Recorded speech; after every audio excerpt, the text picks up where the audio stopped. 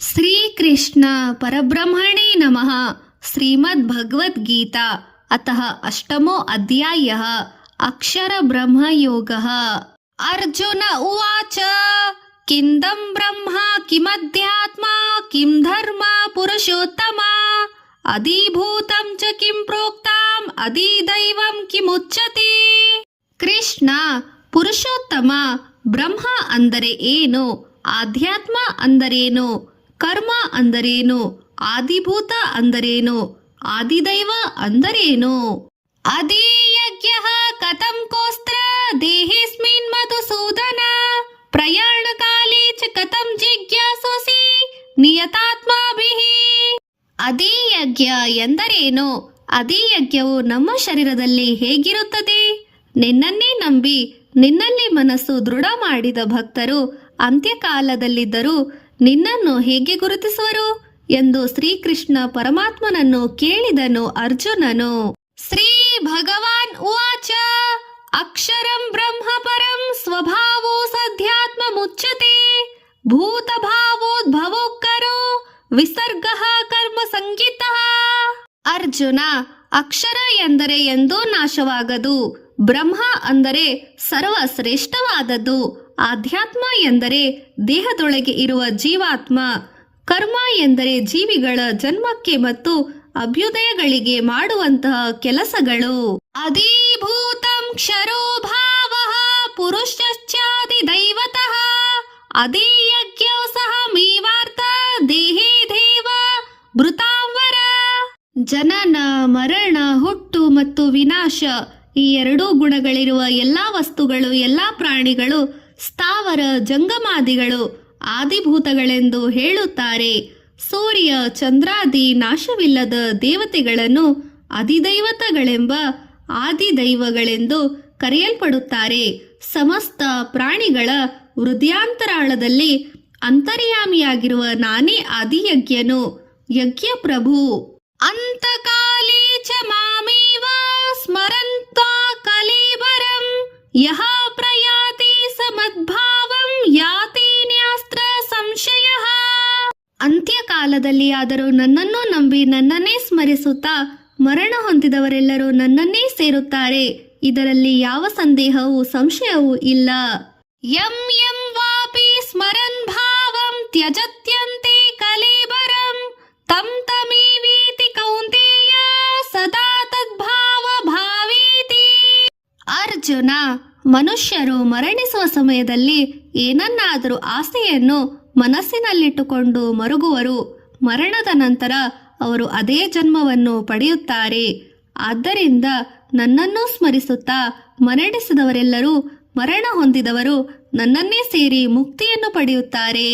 ತಸ್ಮಾತ್ ಸರ್ವೇಷು ಕಾಲೇಷು ಮಾಮಾನುಸ್ಮರ ಯುಧ್ಯ ಚ ಮಯ್ಯುಪ್ರೀತ ಮನೋಬುದ್ಧಿ ಮಾಮೇ ವೈಶ್ಯಸ್ಯ ಸಂಶಯಃ. ಪಾರ್ಥ, ಈ ಕಾರಣದಿಂದಲೇ ಸರ್ವಕಾಲ ಸರ್ವ ಅವಸ್ಥೆಗಳಲ್ಲಿ ನೀನು ನನ್ನಲ್ಲಿಯೇ ಮನಸ್ಸನ್ನು ಕೇಂದ್ರೀಕರಿಸಿ ದೃಢ ಮಾಡು. ಸಮಸ್ತ ಭಾರವನ್ನು ನನಗೆ ಒಪ್ಪಿಸು. ನಿರಾಮಯನಾಗಿ ನೀನು ಯುದ್ಧ ಕರ್ಮವನ್ನು ಮಾಡು. ಅಭ್ಯಾಸ ಯೋಗ ಯುಕ್ತೇನ ಚೇತಸಾ ನಾನ್ಯಗಾಮಿನ ಪರಂ ಪುರುಷಂ ದಿವ್ಯಂ ಯಾತಿ ಪಾರ್ಥಾನುಚಿಂತಯನ. ಮನೋಬುದ್ಧಿಗಳನ್ನು ನಿಯಂತ್ರಿಸಿ ಪ್ರಾಪಂಚಿಕವಾದ ವಿಷಯಾಸಕ್ತಿಯನ್ನು ಬಿಟ್ಟು ಅತಿಯಾದ ಸತಿ, ಪುತ್ರ, ಪೌತ್ರ, ಧನ, ಕನಕ, ವಸ್ತು, ವಾಹನಗಳ ವ್ಯಾಮೋಹಗಳನ್ನು ತ್ಯಜಿಸಿ ಬದುಕನ್ನು, ಜೀವನವನ್ನು ಪರಮಾತ್ಮನಿಗೆ ಅರ್ಪಿಸಿ ಧ್ಯಾನಮಗ್ನನಾಗುವ ಜನರು ತಪ್ಪದೆ ಸದ್ಗತಿಯನ್ನು ಪಡೆಯುತ್ತಾರೆ. ಕವಿಂ ಪುರಾಣ ಮನುಷ್ಯಾಸಿತಾರಂ ಅಣೋರಣೀಯಂ ಸಮುನ್ ಸ್ಮರಿಧ್ಯ ಸರ್ವಸ್ಯ ಧಾತಾರಂ ಅಚಿಂತ್ಯ ರೂಪಂ ಆದಿತ್ಯವರ್ಣಂ ತಮಸ ಪರಸ್ತತಾನ. ಸನಾತನನು, ಸರ್ವಜ್ಞನು, ಸರ್ವ ಶಾಸಕನು, ಸೂಕ್ಷ್ಮ ರೂಪನು, ಸರ್ವ ಪೋಷಕನು, ಅಚಿಂತ್ಯನು, ಸೂರ್ಯ ಪ್ರಕಾಶನು, ಜ್ಞಾನದಾತನು ಆಗಿರುವ ಪರಮಾತ್ಮನು ಭೌತಿಕ ಜಗತ್ತಿಗೆ ಅತೀತನಾಗಿದ್ದಾನೆ. ಪ್ರಯಾಣ ಕಾಲೇ ಮನಸಾಚಲೇನ ಭಕ್ತ್ಯಾ ಯುಕ್ತೋ ಯೋಗ ಬಲೇನ ಚೈವ ಭ್ರುಭ್ರೋ ಮಧ್ಯೆ ಪ್ರಾಣವಾಶೈವ ಸಮ್ಯಕ ಸತಂ ಪರಂ ಪುರುಷ ಮುಪ್ಯತೆ ದಿವ್ಯಂ. ಅಂತ್ಯಕಾಲದಲ್ಲಿ ಪರಮಭಕ್ತರಾದ ಜನರು ದೇಹಶಕ್ತಿಯನ್ನು 2 ಹುಬ್ಬುಗಳ ಮಧ್ಯ ಪ್ರವೇಶಕ್ಕೆ ಸೇರಿಸಿ ವ್ಯಾಕುಲವಿಲ್ಲದ ಮನಸ್ಸಿನಿಂದ ನನ್ನನ್ನು ಸ್ಮರಿಸಿದರೆ ನಿಸ್ಸಂದೇಹವಾಗಿ ಅವರು ನನ್ನನ್ನೇ ಸೇರುತ್ತಾರೆ.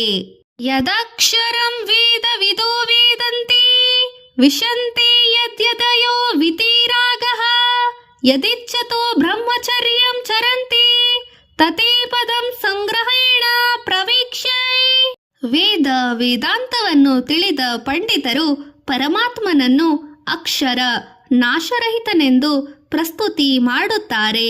ಓಂಕಾರ ಸ್ವರೂಪನಾದ ಪರಬ್ರಹ್ಮನನ್ನು ಸೇರಲಿಕ್ಕಾಗಿ ಸನ್ಯಾಸಿಗಳು ತಪವನ್ನು ಮಾಡುತ್ತಾರೆ. ಬ್ರಹ್ಮಚಾರಿಗಳು ವ್ರತ ದೀಕ್ಷೆಯನ್ನು ಆಚರಿಸುತ್ತಾರೆ. ಅರ್ಜುನ, ಅಂಥ ಪರಮಪದ ಮಾರ್ಗವನ್ನು ನಿನಗೆ ಉಪದೇಶ ಮಾಡುತ್ತೇನೆ ಕೇಳು. ಸರ್ವದ್ವಾರಾಣಿ ಸಂಯಮ್ಯ ಮನೋವೃದ್ಧಿ ನಿರುದ್ಯ ಚ ಉಧರ್ವಧಾಯಾತ್ಮನ ಪ್ರಾಣಂ ಅಸ್ಥಿತೋ ಯೋಗ ಧಾರಣ. ಸರ್ವೇಂದ್ರಿಯಗಳ ಕಾರ್ಯಗಳನ್ನು ಪರಿತ್ಯಾಗ ಮಾಡುವುದನ್ನೇ ಯೋಗ ಸ್ಥಿತಿ ಎನ್ನುತ್ತಾರೆ. ಇಂದ್ರಿಯ ಕರ್ಮಗಳನ್ನು ನಿಗ್ರಹಿಸಿ ಹೃದಯ ಸ್ಥಾನದಲ್ಲಿನ ಮನಸ್ಸನ್ನು ನಿಲ್ಲಿಸಿ ಪ್ರಾಣವಾಯುವನ್ನು ಶಿರೋಭಾಗದಲ್ಲಿ ಸಹಸ್ರಾರಕ್ಕೆ ನಿಲ್ಲಿಸಬೇಕು. ಓಮೇತಿ ಕಾಕ್ಷರಂ ಬ್ರಹ್ಮ ವ್ಯಾಹರನ್ ಮಾನೋ ಸ್ಮರಣ ಯಹ ಪ್ರಯಾತಿ ತ್ಯಜನ್ ದೇಹಂ ಸ ಯಾತಿ ಪರಮಾಂ ಗತಿಂ. ಓಂಕಾರವೆಂಬ ಒಂದೇ ಅಕ್ಷರವನ್ನು ಸ್ಮರಿಸುತ್ತಾ ಓಂಕಾರಾಕ್ಷರ ಸ್ವರೂಪನಾದ ಪರಬ್ರಹ್ಮ ಸ್ವರೂಪನನ್ನು ಭಗವಂತನನ್ನು ನೆನೆಯುತ್ತಾ ದೇಹತ್ಯಾಗ ಮಾಡುವವರು ಪರಮಪದವನ್ನು ಸೇರುತ್ತಾರೆ. ಅನನ್ಯಚೇತಾಃ ಸತತಂ ಯೋ ಮಾ ಸ್ಮರತಿ ನಿತ್ಯಶಃ ತಸ್ಯಾಹಂ ಸುಲಭ ಪಾರ್ಥ ನಿತ್ಯಯುಕ್ತಸ್ಯ ಯೋಗಿನಃ.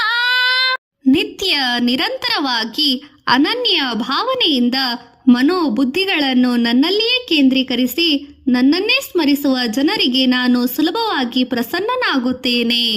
ಮಾಮುಪ್ಪೀತ್ಯ ಪುನರ್ಜನ್ಮ ದುಃಖಾಲಯಂ ಶಾಶ್ವತಂ ನಾಪ್ನುವಂತಿ ಮಹಾತ್ಮಾನಃ ಸಂಸಿದ್ಧಂ ಪರಮಾಂ ಗತಃ. ನನ್ನ ಅನುಗ್ರಹವನ್ನು ಪಡೆದು ನನ್ನನ್ನು ಸೇರಿದವರು ಪುನಃ ಯಾವ ಜನ್ಮವನ್ನು ಪಡೆಯುವುದಿಲ್ಲ, ಮುಕ್ತಿಯನ್ನು ಹೊಂದುತ್ತಾರೆ. ಅಬ್ರಹ್ಮ ಭುವನಾಲೋಕ್ತಾಃ ಪುನರಾವರ್ತಿನೋ ಸ ಅರ್ಜುನ ಮಾಪೂಪೀತ್ಯ ತು ಕೌಂತೇಯ ಪುನರ್ಜನ್ಮನ ವಿದ್ಯತೆ.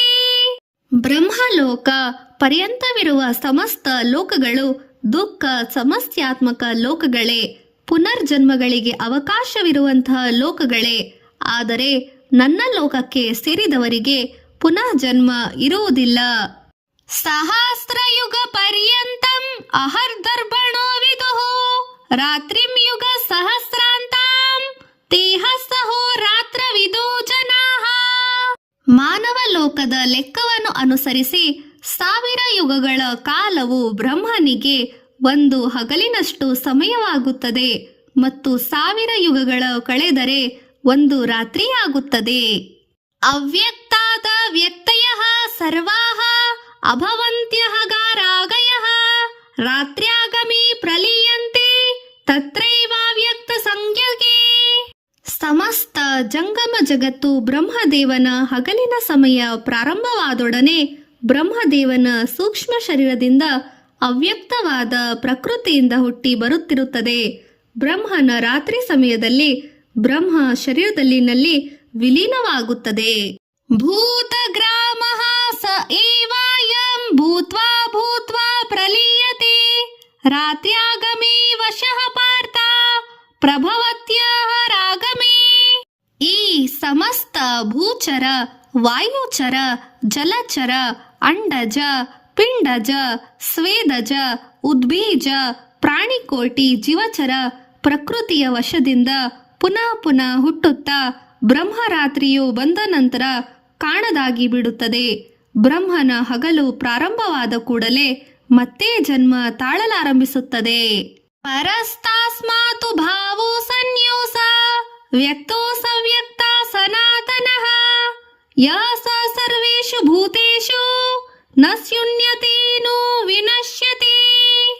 ಈ ಅವ್ಯಕ್ತ ಲೋಕಕ್ಕೆ ವಿಭಿನ್ನವಾದ ಲೋಕವನ್ನೇ ಪರಮಪದವೆಂದು ಹೇಳುತ್ತಾರೆ. ಸರ್ವ ಲೋಕಗಳು ನಾಶವಾದರೂ ಪರಮಪದ ಲೋಕವು ನಾಶವಾಗುವುದಿಲ್ಲ. ಅವ್ಯಕ್ತೋಕ್ಷರ ಇತ್ಯುಕ್ತಂ ಸಮಾಹುಂ ಪರಮಾಂ ಗತಿಂ ಯಂ ಪ್ರಾಪ್ಯ ನ ನಿವೃಂತಂತೆ ತದ್ಧಾಮ ಪರಂ ಮಮ. ಈ ಶಾಶ್ವತ ಪರಮಪದ ಪ್ರಾಪ್ತಿಯನ್ನೇ ಸದ್ಗತಿ ಎಂದು ಹೇಳುತ್ತಾರೆ. ಈ ಪರಮಪದವೇ ನನ್ನ ನಿವಾಸ ಸ್ಥಾನ, ಪರಮಧಾಮ. ನನ್ನ ಪರಮಧಾಮಕ್ಕೆ ಬಂದವರಿಗೆ ಪುನಃ ಜನ್ಮವಿಲ್ಲ, ಜನನ ಮರಣವಿಲ್ಲ. ಪುರುಷಃ ಸ ಪರಃ ಪಾರ್ಥ ಭಕ್ಷ್ಯ ಸ ಲಭ್ಯಸ್ವ ನನ್ಯ ಯಸ್ಯಾಂತಸ್ಥಾನಿ ಭೂತಾನಿ ಏನ ಸರ್ವಮಿದಂ ತತಂ. ಅರ್ಜುನ, ಸಮಸ್ತ ಪ್ರಾಣಿಗಳು ಸನಾತನದಲ್ಲಿ ವಿಲೀನವಾಗಿವೆ. ಆ ಸಚ್ಚಿದಾನಂದ ಪರಮಾತ್ಮನೇ ಸರ್ವಲೋಕ ಸರ್ವವ್ಯಾಪಿಯಾಗಿದ್ದಾನೆ. ಸರ್ವಾಂತರ್ಯಾಮಿಯಾಗಿ ಸರ್ವಭೂತಗಳಲ್ಲಿ ನಿವಾಸನಾಗಿದ್ದಾನೆ. ಯತ್ರ ಕಾಲೇ ತ್ವನಾವೃತ್ತಿಂ ಆವೃತ್ತಿಂ ಚೈವ ಯೋಗಿನಃ ಪ್ರಯಾತಯಾಂತೆ ತಂ ಕಾಲಂ ವಕ್ಷ್ಯಾಮಿ ಭರತರ್ಷಭ. ದೇಹ ತ್ಯಾಗವನ್ನು ಯಾವ ಸಮಯದಲ್ಲಿ ಮಾಡಿದರೆ ಪರಮಲೋಕ ಪ್ರಾಪ್ತಿಯನ್ನು ಹೊಂದಿ ಪುನರ್ಜನ್ಮ ಪಡೆಯುವುದಿಲ್ಲವೋ, ಯಾವ ಸಮಯದಲ್ಲಿ ದೇಹತ್ಯಾಗ ಮಾಡಿದರೆ ಪುನರ್ಜನ್ಮ ಪಡೆಯುವರೋ ತಿಳಿಸುತ್ತೇನೆ ಕೇಳು. ಅಗ್ನಿರ್ಜ್ಯೋತಿರಃ ಶುಕ್ಲಃ ಷಣ್ಮಾಸ ಉತ್ತರಾಯಣಂ ತತ್ತ ಪ್ರಯಾಂತ ಗಚ್ಚಂತಿ ಬ್ರಹ್ಮ ಬ್ರಹ್ಮ ವಿದೋ ಜನಾಃ. ಮಹಾ ತಪಸ್ವಿಗಳು ಜ್ಯೋತಿರ್ಮಯ ಮಾರ್ಗದಿಂದ ಬ್ರಹ್ಮಲೋಕವನ್ನು ಸೇರುತ್ತಾರೆ.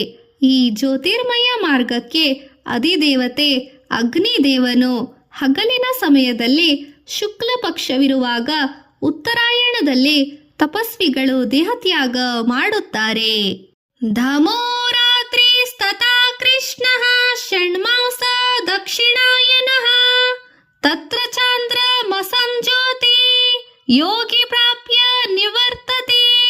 ರಾತ್ರಿ ಸಮಯದಲ್ಲಿ ಕೃಷ್ಣ ಪಕ್ಷವಿರುವಾಗ ದಕ್ಷಿಣಾಯನ ಕಾಲದಲ್ಲಿ ದೇಹತ್ಯಾಗ ಮಾಡಿದವರು ಧೂಮ ಮಾರ್ಗದಿಂದ ಸ್ವರ್ಗವನ್ನು ಸೇರಿ ಪುಣ್ಯಫಲಗಳನ್ನು ಅನುಭವಿಸಿ ಪುನಃ ಜನ್ಮವನ್ನು ಪಡೆದು ಭೂಲೋಕವನ್ನು ಸೇರುತ್ತಾರೆ. ಶುಕ್ಲ ಕೃಷ್ಣೇ ಗತಿ ಹೇತಿ ಜಗತಃ ಶಾಶ್ವತೆ ಮತಿಃ ಏಕಯಾ ಯಾತ್ಯನಾವೃತ್ತಿಂ ಅನನ್ಯಾತ ವರ್ತತೆ ಪುನಃ. ಜ್ಯೋತಿರ್ಮಯ ಮಾರ್ಗಕ್ಕೆ ಶುಕ್ಲ ಪಕ್ಷ ಮಾರ್ಗವೆಂದು ಹೆಸರು, ಧೂಮ್ರ ವರ್ಗಕ್ಕೆ ಕೃಷ್ಣ ಪಕ್ಷ ಮಾರ್ಗವೆಂದು ಹೆಸರು. ಒಂದು ದೇವಯಾನ, ಇನ್ನೊಂದು ಪಿತೃಯಾನಗಳೆಂದು ಜ್ಞಾನಿಗಳು ಹೇಳುತ್ತಾರೆ. ದೇವಯಾನ ಮಾರ್ಗದಿಂದ ದೇಹತ್ಯಾಗ ಮಾಡಿದವರು ಮರಳಿ ಎಂದು ಭೂಲೋಕಕ್ಕೆ ಬರುವುದಿಲ್ಲ. ಪಿತೃಯಾನ ಮಾರ್ಗದಿಂದ ದೇಹತ್ಯಾಗ ಮಾಡಿದವರು ಪುನಃ ಜನ್ಮ ಮರಣಗಳ ಚಕ್ರದಲ್ಲಿ ಬೀಳುತ್ತಾರೆ. ನೈತೆ ಶ್ರುತಿ ಪಾರ್ಥ ಜಾನನ ಯೋಗಿ ಮುಯ್ಯತೆ ಕಶ್ಚನ ತಸ್ಮಾತ್ ಸರ್ವೇಷು ಕಾಲೇಷು ಯೋಗಾಯುಕ್ತೋ ಭವಾರ್ಜುನ. ಈ ಎರಡೂ ವಿಧಗಳ ಮಾರ್ಗಗಳನ್ನು ತಿಳಿದ ತಪಸ್ವಿಗಳು ಯೋಗಿಗಳು ಸದಾ ನನ್ನನ್ನು ಸ್ಮರಣೆ ಮಾಡುತ್ತಿರುವುದರಿಂದ ದೇವಯಾನ ಮಾರ್ಗದಿಂದಲೇ ದೇಹತ್ಯಾಗ ಮಾಡುತ್ತಾರೆ. ವೇದೇಶು ಯಜ್ಞೇಶು ತಪಸ್ಸು ಚೈವ ದಾನೇಶು ಯತ್ ಪುಣ್ಯ ಫಲಂ ಪ್ರತಿಷ್ಠಂ ಯತ್ಯತೆ ತತ್ವರಿ ವಿದುಂ ವಿದೇತ್ವಾ ಯೋಗಿಂ ಪರಂ ಸ್ಥಾನಮುಪ್ಯತೆ ಚಾತ್ಯಂ.